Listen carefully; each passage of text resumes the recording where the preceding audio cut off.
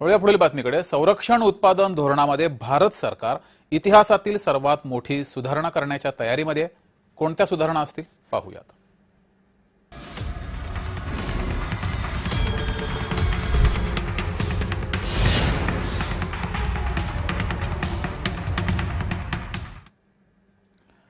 तर भारतीय लष्कराबद्दल आणखी एक महत्त्वाची बातमी आहे। संरक्षण उत्पादन धोरणामध्ये भारत सरकार इतिहासातील सर्वात मोठी सुधारणा करण्याच्या तयारीमध्ये आहे। म्हणजेच क्षेपणास्त्र उत्पादन क्षेत्रात आता खाजगी कंपन्यांना प्रवेश दिला जाणार आहे।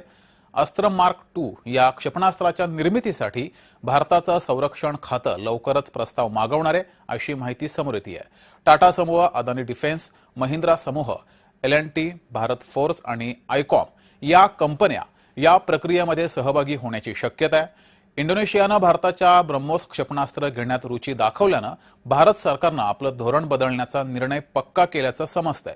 लष्करी वाहनं आणि अन्य सामग्री या आधीच खाजगी क्षेत्राकडून बनवून घेतली जाते। मात्र राष्ट्रीय सुरक्षेच्या कारणास्तव आतापर्यंत क्षेपणास्त्र उत्पादन सरकारनं स्वतःपुरतंच मर्यादित ठेवलं होतं। मात्र वाढती गरज पाहता सरकारनं यामध्ये सुद्धा खाजगी कंपन्या समाविष्ट करून घेण्याचा निर्णय घेतलाय।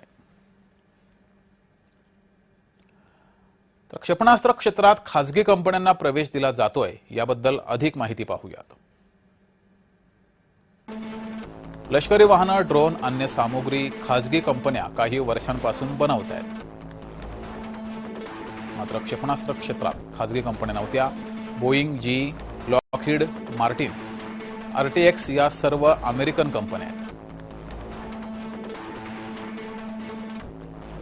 त्यामुळे खाजगी कंपन्यांचा खरेपणा, सचोटी आणि देशप्रेमावर शंका घेण्याचं काहीही कारण नाही, कारण हे सर्व अमेरिकेत सुरू आहे।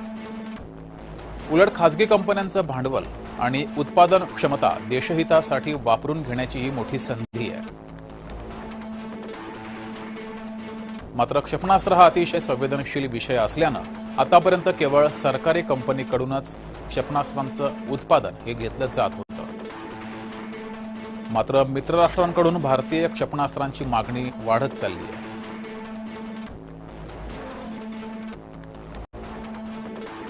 देशांतर्गत आणि निर्यात दोन्हीसाठीची मागणी पूर्ण करण्याची सरकारी कंपन्यांची क्षमता नाहीये। तसंच एका कंपनीवर अवलंबून न राहणं हा देखील भारत सरकारचा हेतू आहे।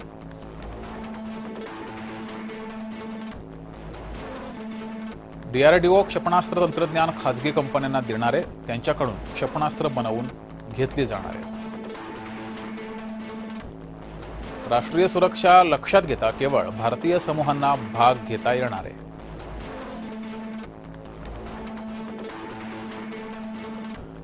अदानी डिफेन्स, भारत फोर्स, टाटा आणि महिंद्रा समूहाला कंत्राटं मिळण्याची शक्यता आहे।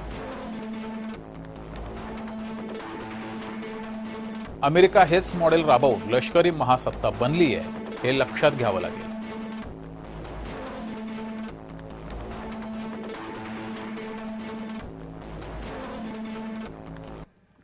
तर निवृत्त लष्करी अधिकारी ब्रिगेडियर हेमंत महाजन यांनी कसं विश्लेषण केले पाहूयात।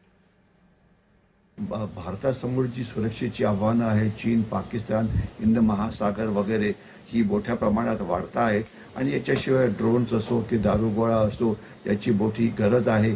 आणि सध्या जगामध्ये दोन मोठी युद्ध सुरू आहेत। एक म्हणजे रशिया युक्रेन युद्ध, याच्यापासून आपल्याला खूप शिकता आलेलं आहे। आणि दुसरं इराण आणि अमेरिका युद्ध, याच्यामुळे आपल्याला खूप धडे मिळालेले आहेत। तर म्हणून आपल्याला जी आपली युद्ध सज्जता आहे, शस्त्र सज्जता आहे, ती मोठ्या प्रमाणामध्ये वाढवायची आहे। आणि त्याकरता आपल्याला देशाची मॅन्युफॅक्चरिंग करण्याची जी क्षमता आहे ती प्रायव्हेट सेक्टरमध्ये असो की पब्लिक सेक्टरमध्ये असो, ही मोठ्या प्रमाणामध्ये वाढवण्याची गरज आहे।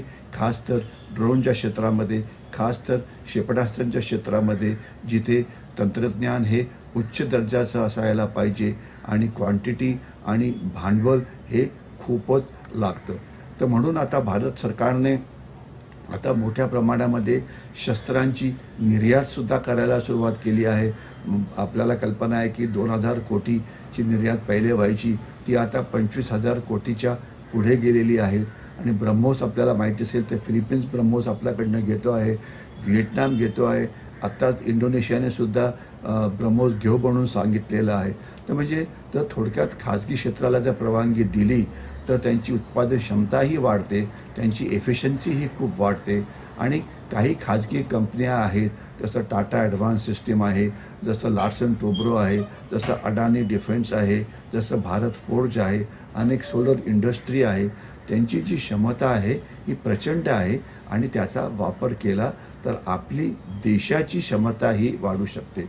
आणि ज्या वेळेला दोन प्रायव्हेट सेक्टरमध्ये कॉम्पिटिशन होते तर त्यावेळेला उत्पादनाचा जो खर्च आहे तो कमी होतो, तंत्रज्ञान जे आहे ते अजून सुधारतं आणि त्याच्यामुळे देशाची जी एफिशियन्सी आहे ती वाढते. तर